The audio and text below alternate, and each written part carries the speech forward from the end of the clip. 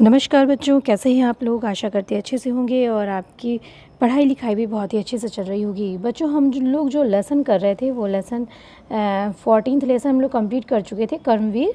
और आज जो हम लोग करेंगे पाठ 15 करेंगे, लेसन 15 है, ठीक है। और यह लेसन है एक स्त्री का पत्र। तो सबसे पहला प्रश्न कि ये कौन सी विधा है, तो ये पत्र विधा है, ठीक है। एक लेटर के माध्यम से बहुत कुछ कह देना, बहुत कुछ भावनाओं को व्यक्त किया गया है। और वो भावनाएं क्या हैं, वो भावनाएं आपकी इसमें जो हम कहते हैं ना अक्सर आपसे कि ये जो ऊपर की जो लाइनिंग होती है उसमें व्यक्त की गई है। ये एक स्त्री का पत्र किसके द्वारा रचित है, तो ये है रविंद्रनाथ टैगोर। ये रविंद्रनाथ टैगोर जी एक बहुत ही अच्छे कथाकार हैं। इन्होंने जो है, इनको नोबेल प्राइज़ भी दिया जा चुका है। 1913 ईस्वी में ये नोबेल प्राइज़ भी प्राप्त कर चुके हैं, ठीक है। साहित्य के क्षेत्र में प्रथम साहित्य का नोबेल जिसको दिया गया वो थे रविंद्रनाथ टैगोर जी ही।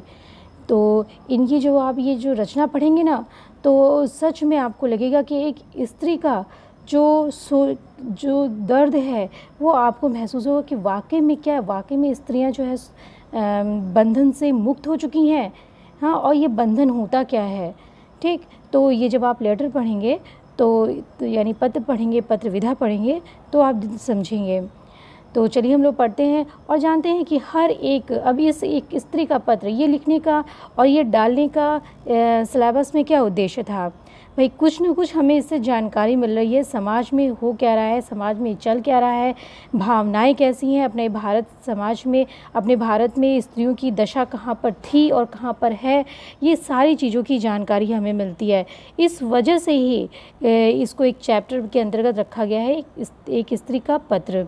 तो चलिए शुरू करते हैं इसको हम लोग, ठीक है। क्या है कि प्रस्तुत पाठ में बिंदु के माध्यम से, एक बिंदु है, बिंदु नाम की लड़की है, उसके माध्यम से नारी जीवन के सामाजिक बंधन, उसके शोषण और दर्द को मार्मिक ढंग से व्यक्त किया गया है, ठीक है। तो चलिए इसको शुरू हम लोग करते हैं। थोड़ा सा पहले बड़ा कर लिया जाए, नहीं तो आपको भी दिक्कत आएगी, हाँ। अब लेटर हम लोग कैसे लिखते हैं, ऐसे ही लिखते हैं ना। तो ये लेटर लिख कौन रहा है, ये जो लेटर लिख रहे हैं वो एक बहू है। कौन बहू है, मझली बहू। एक परिवार में बहुत सारा संयुक्त परिवार होता है, तो संयुक्त परिवार में बड़ी छोटी कई जेठानी है, देवरानी है और बहुत सारी भाई होते, लड़के होते हैं, तो उनकी बहुएँ होती हैं, उनकी पत्नी होती है, सास होते हैं, ससुर होते हैं, नंद होते हैं, बहुत सारी संयुक्त फैमिली होती है। तो बहुत सारे प्रपंच, बहुत सारे षड्यंत्र भी होते हैं ना। एक सबकी अलग अलग मानसिकता होती है और नई बहू घर यदि आई है तो उसकी भी एक अलग मानसिकता है। तो सामंजस्य क्या है, कैसे वो एक औरत को क्या क्या फेस करना पड़ता है, उसने क्या क्या बर्दाश्त किया एक मछली बहू के रूप में, तो वो एक लेटर लिख रही है। वो ये लेटर वो अपने पति को लिख रही है, ठीक है। और अपने पति के माध्यम से वो घर वालों को जो है संकेत देते हुए ये कह रही है, ठीक है। और मछली बहू का बिंदु के साथ बहुत ही अच्छा रिश्ता था, तो इस वजह से, और बिंदु रही नहीं, तो इस वजह से जो है वो एक लेटर लिख रही है अपने पति के नाम पर। और फिर उसके बाद जब आप पढ़ेंगे तो धीरे धीरे आपको कहानी समझ में आ जाएगी, ठीक है। तो चलिए हम लोग शुरू करते हैं। आज 15 साल हुए हमारे ब्याह को, ठीक। वो कहती है कि आज 15 साल हो गए हैं हमारे ब्याह को, हम तब से साथ ही रहे, अब तक चिट्ठी लिखने का मौका नहीं मिला। मतलब जो है साथ में ही रही तो चिट्ठी लिखने का क्या मौका मिला, लेकिन अब दूर है मछली बहू, अब उसने इरादा छोड़ दिया है कि घर वो वापस जाए रहे। तो इस वजह से अब वो जाना भी नहीं चाहती है अपने ससुराल में दोबारा। तो इस वजह से वो कह रही है कि आज मौका मिला है मुझे पत्र लिखने का। तो वो लिख रही है, कह रही है कि तुम्हारे घर की मछली बहू जगन्नाथपुरी आई थी, तीर्थ करने आई, तो जाना कि दुनिया और भगवान के साथ मेरा एक और नाता भी है। मछली बहू अपने बारे में ही कह रही है वो, ठीक है, कि मछली बहू ही कह रही, वो अपने बारे में ही कह रही। जगन्नाथपुरी यात्रा करने आई थी, तो उसने जाना कि भगवान, दुनिया और भगवान के साथ मेरा एक नाता भी है, इसलिए आज चिट्ठी लिखने का साहस कर रही हूँ। इसे मजली बहू की चिट्ठी न समझना। हाँ, कहने का तात्पर्य है कि आज मैं अपने जो मतलब अपने पति के नाम पर अपने घर को संकेत करते हुए जो चिट्ठी लिख रही हूँ, तो इसे सिर्फ मजली बहू का ये मत समझना कि मजली बहू जो है लिख रही है, तो वैसा समझना है ना। इसको एक नारी की चिट्ठी समझना, एक स्त्री जाति की चिट्ठी समझना। ठीक है, तो क्या कहते हैं कि वह दिन याद आता है जब तुम लोग, थोड़ा सा इसको, एक मिनट, हाँ, कहते हैं कि वह दिन याद आता है जब तुम लोग मुझे देखने आए थे। मुझे 12वां साल लगा था, यानी कि 12 साल की थी तब ये आए थे लोग इनको देखने के लिए। लगा था सुदूर गांव में हमारा घर था। पहुंचने में कितनी मुश्किल हुई तुम सबको। मेरे घर के लोग आओ भगत करना मतलब सत्कार करना। आओ भगत करना का मतलब क्या होता है? सत्कार करना, किसी का सम्मान करना, हाँ, मेहमान नवाजी करना। इतने सारे जो है इसके पर्यायवाची हैं। तो कह रहे हैं कि आओ भगत करते हैरान हो गए। हैरान मतलब कि थक गए थे वो लोग। आओ भगत करने में भी बहुत बहुत अच्छे से उन्होंने आओ भगत यानी सत्कार किया था, और आश्चर्यचकित कर देने वाला आओ भगत किया था, सम्मान किया था। विदाई की करुण धुन गूंज उठी, और फिर 12 साल आए देखने, फिर उसके बाद विदाई भी होने लगी, यानी शादी ब्याह हो गया, फिर विदाई हो गई। हाँ, करुण धुन गूंज उठी। मैं मझली बहू बनकर तुम्हारे घर आ गई। मझली बहू यानी बीच वाले लड़के की शादी हुई, तो ये आई हैं बहू बन करके, यानी कि बीच की बहू हैं, मझली बहू हैं। सभी औरतों ने नई दुल्हन की जांच परख देखा। अब ऐसे ही तो होता है, गांव वगैरह में शादी होती है तो, या फिर, और अब तो शहरों में भी होता है लेकिन अब बहुत कम हो गया है, और तो वहीं से गांव से ही पनपा है, तो कस्बों वगैरह में और गांव वगैरह में ज़्यादातर देखने को मिलता है कि मछली बहू बनकर तुम्हारे घर आई। सभी औरतों ने नई दुल्हन की जांच परख की। घर में नई बहू आती है ना, तो उससे सुनते ना, गाना सुनाओ तो ऐसा सुनाओ, चलिए इसको तो ढोलक बजाना नहीं आता है, इसको गाना गाने नहीं आता है, तो 10 प्रकार के तमाशा करते हैं। सबको मानना पड़ा बहू सुंदर है। ये तो सबने एक्सेप्ट कर लिया कि बहू क्या है, सुंदर है। लेकिन फिर उसके बाद क्या हुआ? मैं सुंदर हूँ यह तो तुम लोग जल्दी भूल गए। हाँ, अब जिस चीज़ की व्यक्ति को आदत पड़ जाए, तुरंत की बात है, हाँ भाई 4 लोग आए, देखे, कहे कि हाँ सुंदर है, हाँ, तो भाई ये खुद भी जान गए, लेकिन जब कोई व्यक्ति घर में साथ बराबर रहने लगा तो वो चीज़ गुण भूल जाता है। और फिर क्या याद रहता है कि अरे बुद्धि की बड़ी तेज़ है। यदि किसी लड़के को कह दिया जाए वो बहुत तेज़ है, यदि आप ही के पेरेंट्स वगैरह कहीं गए हैं, या फिर कोई कह रहा है कि आपसे कि फ़लाँ लड़के के यहाँ जो है शादी कर लीजिए, तो कहती लड़की बहुत तेज़ है, तो भैया दूर से ही लोग हाथ वो जोड़ लेते हैं कि अरे लड़की तो बहुत तेज़ है, तो घर में आकर के कहीं इधर उधर न कर दे, तमाशा न कर ले। ये सारी सोच है जो अभी भी विद्यमान है। हाँ, तो यदि लड़की का तेज होना, ये कह देना कि लड़की बहुत तेज है, ये कह दिया गया, तो सीधी है, तब तो घर को संभाल लेगी। हाँ, तब तो सब कोई एक्सेप्ट कर लेगा। यदि कह दिए लड़की बहुत तेज है, तब तो सबकी जो है कान खड़े हो जाते हैं कि भाई तेज लड़की यदि घर में आई तो क्या करेगी। तो वही बात हुई मझली बहू के साथ में कि मैं सुंदर हूँ यह तो तुम लोग जल्दी भूल गए, पर मुझ में बुद्धि है यह बात तुम लोग चाहकर भी ना भूल सके। यानी कि बुद्धि के तेज है वो लोग जाकर भी नहीं भूल सके। माँ कहती थी औरत के लिए तेज़ दिमाग भी एक बला है। तेज़ दिमाग नहीं होना चाहिए औरतों का, सीधा गाय बनी रहे और घर के सारे काम करती रहे, वही सारे लोग चाहते हैं। हाँ, अपने साथ नहीं चाहते, लेकिन जो बहू आएगी उसके साथ ज़रूर चाहते हैं। लोग बुरा भला कहते हैं सो कहते रहें, मैंने सब माफ़ कर दिया। हाँ, अब जब व्यक्ति पढ़ा लिखा हो, थोड़ा समझदार हो, इसीलिए कहते हैं कि लड़कियों को, औरतों को पढ़ा लिखा होना चाहिए। जब पढ़ा लिखा हो ना, समझदार होगा, तो कुछ चीज़ें वो जो है अपनी समझदारी का सबूत देगा ही देगा। जो ऊट पटांग लोग कह रहे हैं, कहने दो भाई, उनका मुँह है, कहने दो। तो इस तरह से जो है वो अपनी समझदारी का सबूत देती थी और सबको माफ़ कर देती थी, जाओ कहो, लेकिन वो अपना काम करती रहती थी। फिर क्या हुआ? मैं छिप छिप कर कविता लिखती रही। उसको कविता लिखने में इंटरेस्ट था, तो छिप छिप कर कविताएं लिखती थी। तो मामूली कविताएं थी तो मामूली, लेकिन उनमें मेरी अपनी आवाज़ थी। सही बात है, यदि आप कुछ भी लिखिए ना, तो आप जो लिखेंगे वो आपके अंदर की फीलिंग्स होगी ना। तो इस तरह से वो जब वो कविताएं लिखती थी, लेकिन मामूली सी कविता होती थी। बहुत बड़े जो कवि होते हैं उनकी तरह कविताएं नहीं थी, लेकिन उसमें उसकी आवाज़ थी, उसमें वो जो कहना चाहती थी, जो महसूस करती थी, वो चीज़ें थीं। वे कविताएं तुम्हारे रीति रिवाजों के बंधनों से आज़ाद थीं। बहुत सारे घर में रीति रिवाज बंधन होते हैं जिसमें पुरुष प्रतिभाग करें ना करें, लेकिन औरत को मानना आवश्यक होता है। वो रीति रिवाज बंधनों से क्या थी, आज़ाद उसकी कविता थी, क्योंकि वो उसके भावनाएं थीं जो कविता के रूप में व्यक्त होती थीं। तो मेरी नन्ही बेटी को छीनने के लिए मौत मेरे बहुत पास आई। हाँ, उसे ले गई, मतलब पर मुझे छोड़ गई, यानी कि वो माँ भी बनी और फिर जो है वो चली भी गई।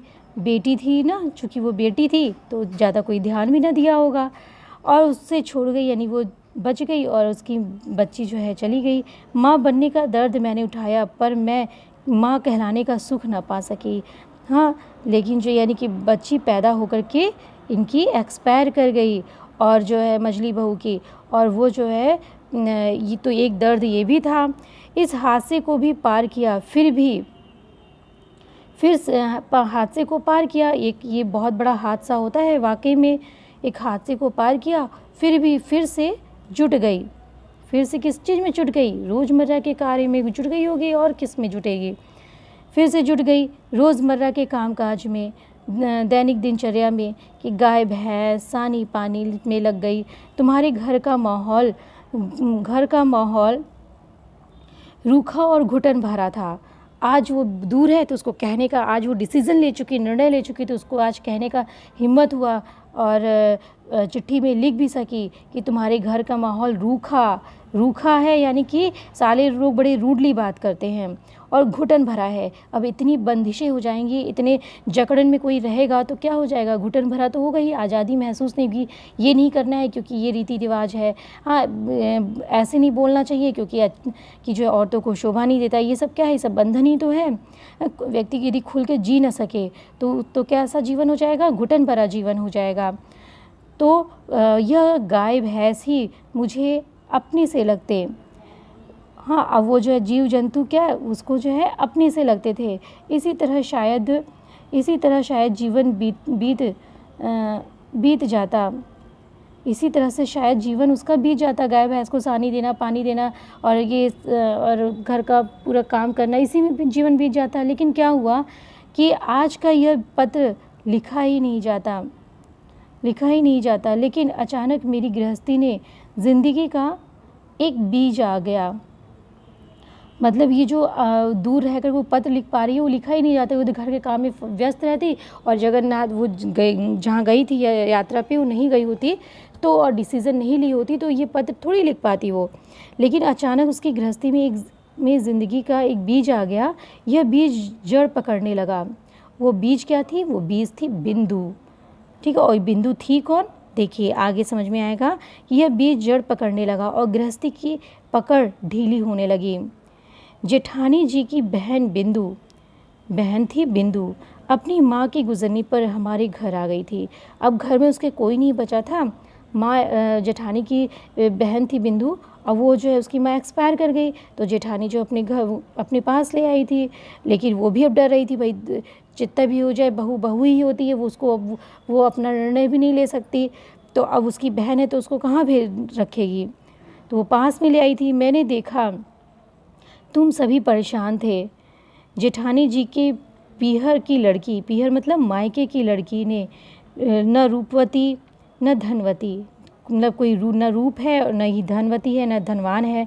जेठानी दीदी इस समस्या को लेकर उलझ गई कि मतलब लड़की घर में है तो लोगों को जो है बड़ी उलझन सी होने लगी, कब तक रहेगी।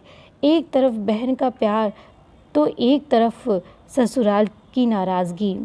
अब छोटी सी लड़की थी उसकी बहन, तो जो है वो कहाँ जाएगी, उसकी जेठानी बहुत परेशान थी।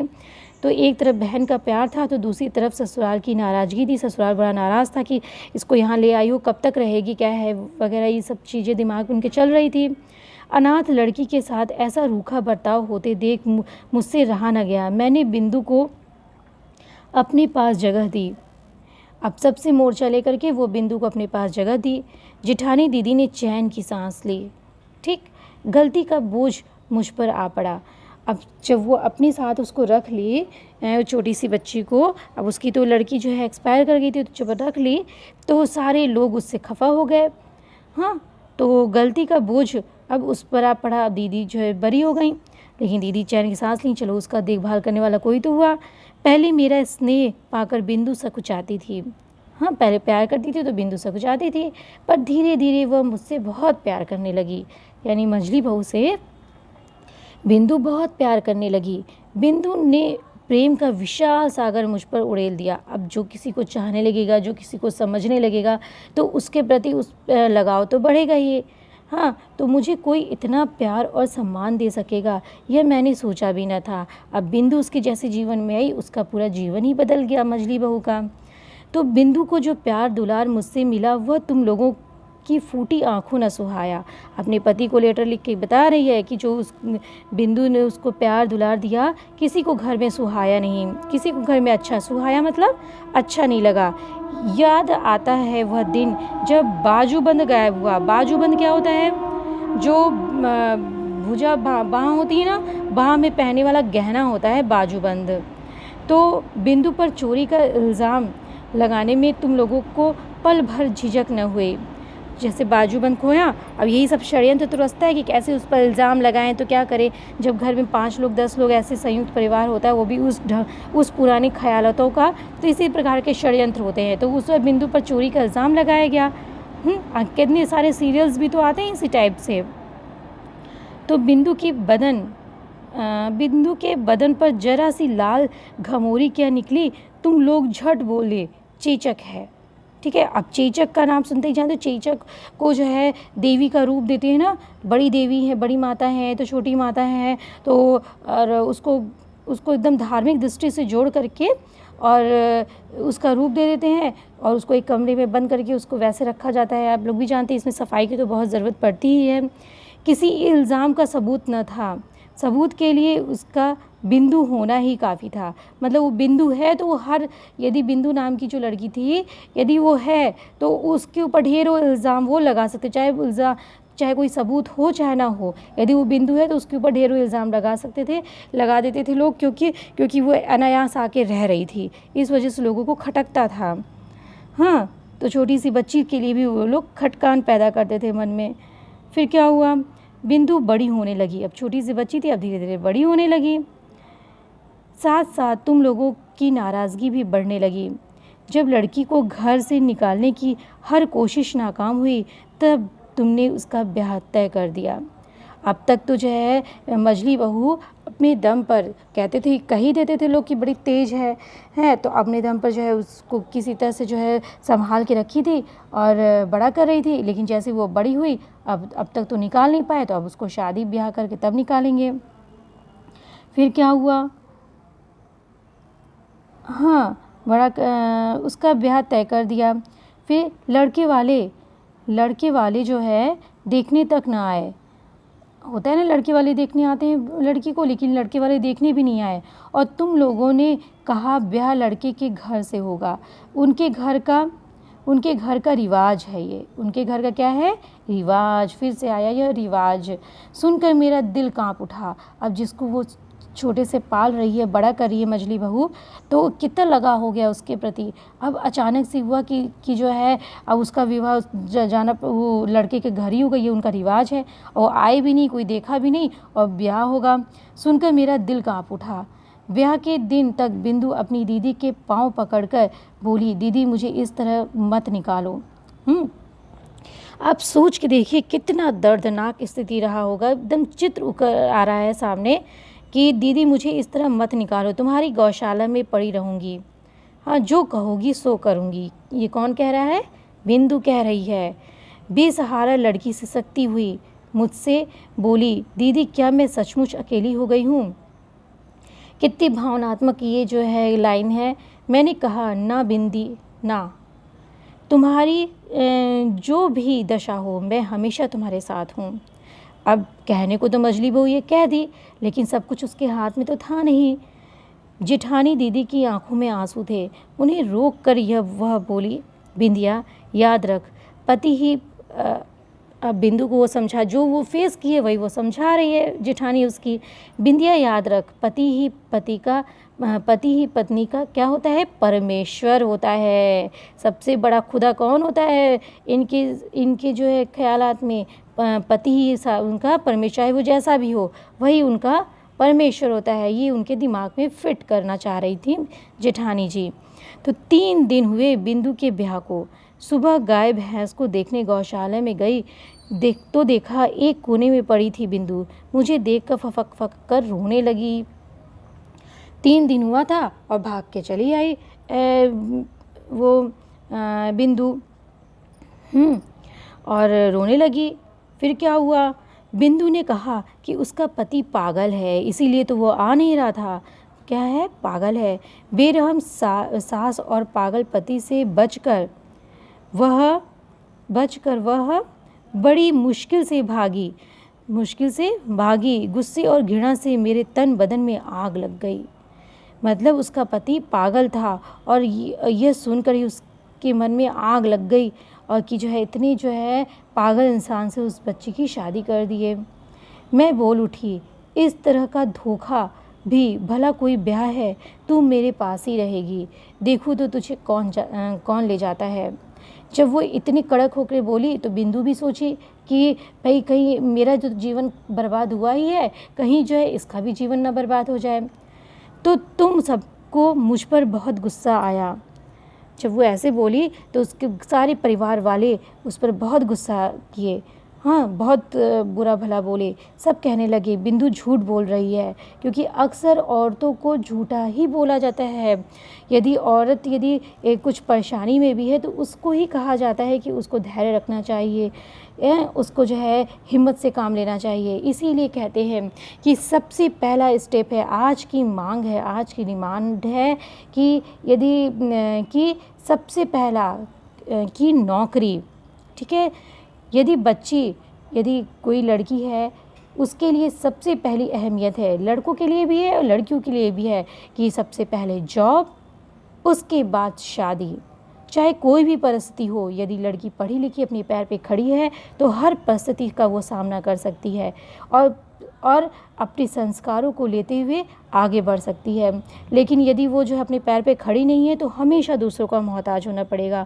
इस वजह से आप सारे लोग मन लगा के पहले पढ़ाई करिए और अपना एक टारगेट बनाइए। उस टारगेट को हासिल करने के बाद ही शादी ब्याह की ओर रुख करना चाहिए। ठीक? तो देखिए कितनी सारी सीखें मिल रही हैं हम लोगों को। तो फिर कहती है कि तुम सबको बहुत गुस्सा आया। तो बिंदु के ससुराल वाले, फिर उसके बाद क्या हुआ, कुछ ही देर में, अब बिंदु जो भागी थी तो कुछ ही देर में बिंदु के ससुराल वाले उसको लेने के लिए आ पहुँचे। अब वो इतनी कड़क होके बोली, सारे लोग गुस्सा किए, तो बिंदु भी सोची कि कहीं उसके साथ गलत ना हो जाए मजली बहू के साथ में। तो मुझे अपमान से बचाने के लिए बिंदु खुद ही उन लोगों के सामने आ खड़ी हुई। हाँ, वे लोग बिंदु को ले गए। मेरा दिल दर्द से चीख उठा। ठीक? अब एक औरत की जब एक इंसान की, औरत हो चाहे कोई भी, के हाथ पैर बंध जाए कि हाँ तुम अपना निर्णय खुद न ले सको, तो सोचिए उसके दिल पे क्या बीत सकती है। व्यक्ति स्वतंत्र तभी हो सकता है जब वह अपने पैर पे खड़े होगा, और इसका कोई दूसरा उपाय नहीं है। ठीक? सबकी मानसिकता को चेंज करना सबके बस की बात नहीं होती है। सबसे पहला काम है अपने पैर पे खड़े होना। तो फिर मैं बिंदु को रोक न सकी। मैं समझ गई कि चाहे बिंदु मर भी जाए, वह अब कभी हमारी शरण में नहीं आएगी। तभी मैंने सुना कि बड़ी बुआ जी जगन्नाथ तीर्थ यात्रा करने जाएंगी। मैंने कहा मैं भी साथ जाऊंगी। तुम सब यह सुनकर खुश हो गए। जगन्नाथ यात्रा करने जा रही थी तो अब वो भी जाएगी, तो ये सुनकर बड़े खुश हो गए सारे लोग। मैंने अपने भाई शरद को बुला लिया। बुला भेजा। उससे बोली, भाई अगले बुधवार को मैं पूरी जाऊंगी, जैसे ही भी हो बिंदु को भी उसी गाड़ी में बिठा देना, ठीक है। वो भी उसके दिमाग में, मछली बहू के दिमाग में पूरी प्लानिंग चल रही थी कि बिंदु को जो है उस गाड़ी में बैठा देना ला करके।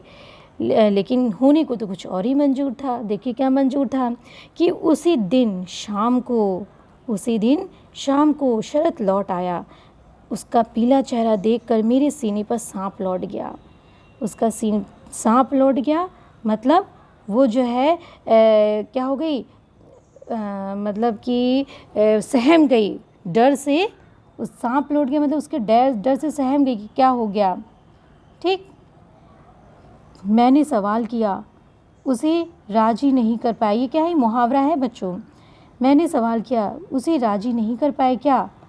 अब वो पीला सा था, एकदम जो है मायूस होके आया था, तो वो एकदम जो है डर से जो आश्चर्यचकित रह गई कि क्या हुआ क्या।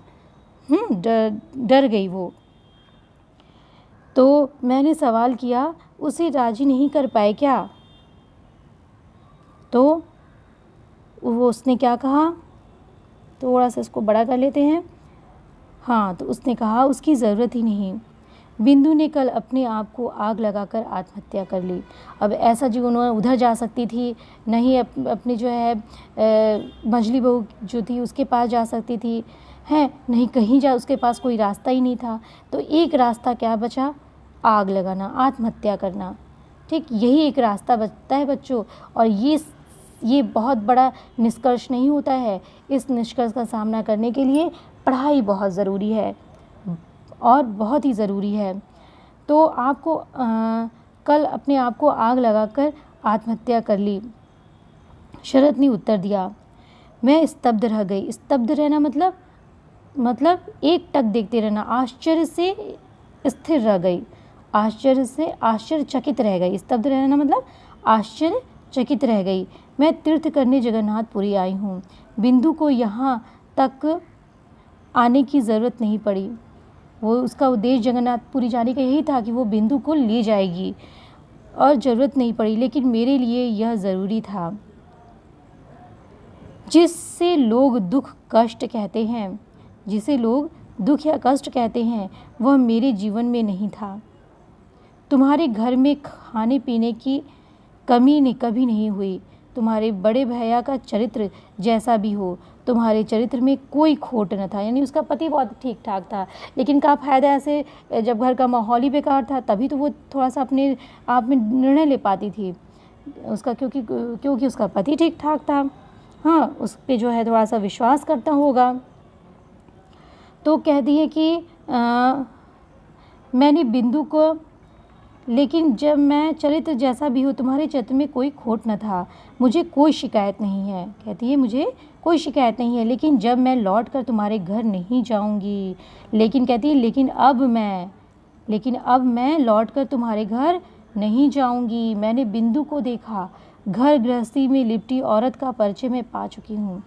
घर गृहस्थी में जो लिपटी हुई औरत थी, घर गृहस्थी में लिपटे होना बहुत बुरी बात नहीं है, लेकिन अपने आप को एंगेज करना भी बहुत ज़रूरी है, ठीक है। तो परिचय पा चुकी हूँ, अब मुझे उसकी ज़रूरत नहीं। मैं तुम्हारी चौखट लांघ चुकी। इस वक्त मैं अनंत नीले समुद्र के सामने खड़ी हूँ। क्या है, कह रही है कि इस वक्त मैं अनंत नीले समुद्र के सामने खड़ी हूँ। तुम लोगों ने अपने रीति रिवाजों के पर्दे में मुझे बंद कर दिया था। हाँ, मतलब जकड़ दिया था कि रीति रिवाजों के बंधन में वो जकड़ी हुई थी, आज़ादी नहीं थी। स्वतंत्रता के बाद भी यदि व्यक्ति अपना निर्णय स्वतः न ले सके तो ये कितनी बड़ी जो है वो है बात है कि वो तब भी वो परतंत्र है। क्यों? क्योंकि वो बहू है, इस वजह से। तो कहती है कि तुम लोगों ने अपने रीति रिवाजों के पर्दे में मुझे बंद कर दिया था।